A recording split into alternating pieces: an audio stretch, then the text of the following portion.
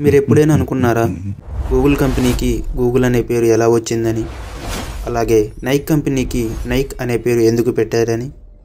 ఈరోజు వీడియోలో మనం ప్రపంచంలోని ఫేమస్ అండ్ బిగ్గెస్ట్ కంపెనీస్ యొక్క పేర్లు వెనక దాగి ఉన్న అమేజింగ్ అండ్ సర్ప్రైజింగ్ ఫ్యాక్ట్స్ని తెలుసుకుందాం. ఇక ఆలస్యం చేయకుండా welcome to our top stories. Let's begin. Number 1, Apple.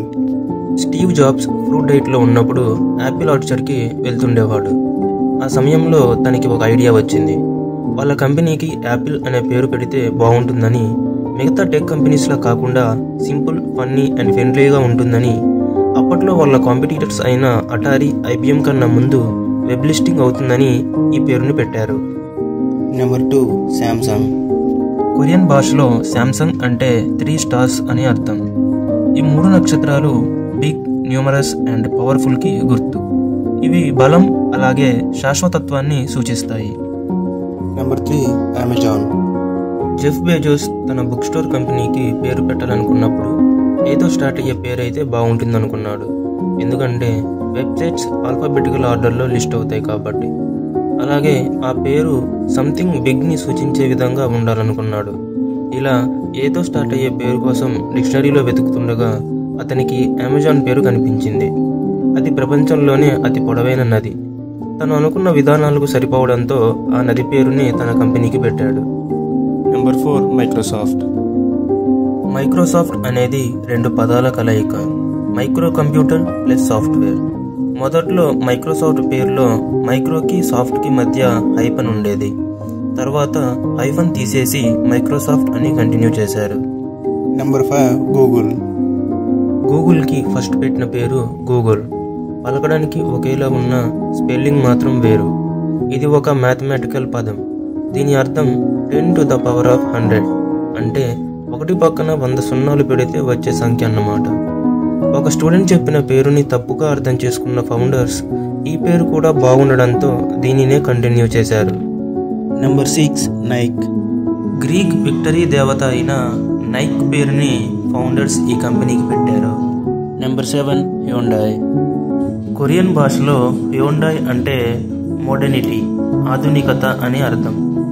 తన కంపెనీ ప్రోగ్రెస్ని, ఇన్నోవేషన్ని సూచించే విధంగా ఉండాలి అని ఈ కంపెనీ ఫౌండర్ దీనికి హ్యుండాయ్ అని పేరు పెట్టారు.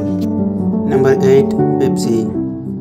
పెప్సీ కంపెనీ పేరు మొదట్లో బ్రాడ్స్ డ్రింక్ అని ఉండేది. తర్వాత దాని పేరు మార్చి పెప్సీ అని పెట్టారు. పెప్సీ అనే పేరు పెప్సిన్ నుంచి వచ్చింది. పెప్సిన్ అనేది ఒక డైజెస్టివ్ ఎంజైమ్. అప్పట్లో జనాలు పెప్సీని తాగడం వలన డైజెషన్కి హెల్ప్ అవుతుందని నమ్మేవారు. Number 9, Mercedes Benz. మెర్సిడెస్ అనేది ఆస్ట్రేలియాకు చెందిన కార్ డిస్ట్రిబ్యూటర్ యొక్క కూతురి పేరు. బెంజ్ అనేది ఆ కార్ని ఇన్వెంట్ చేసిన యొక్క వ్యక్తి పేరు. ఈ 2 పేర్లను కలిపి మెర్సిడెస్ బెంజ్ అని ఈ కంపెనీకి పేరు పెట్టారు. Number 10, Canaan. ఈ కంపెనీ అసలు పేరు క్వానోన్. క్వానోన్ అనేది బౌద్ధుల యొక్క మెర్సీ దేవత పేరు. చూడటానికి, పలకడానికి ఈజీగా ఉండాలని క్వానోన్ని కెనాన్గా మార్చారు. నెంబర్ 11, వోక్స్వాగెన్. జర్మన్ భాషలో వోల్క్స్వాగెన్ అంటే ది పీపుల్స్ కార్ అని అర్థం. సామాన్య ప్రజలకి కూడా కార్స్ అందుబాటులోకి తేవడం కోసం ఈ కంపెనీని ఏర్పాటు చేశారు. Number 12, Sony. లాటిన్ భాషలో సోనస్ అంటే సౌండ్ అని అర్థం. అలాగే అమెరికన్ స్లాంగ్లో సోనీ అంటే యంగ్ అండ్ ఎనర్జెటిక్ బాయ్ అని అర్థం.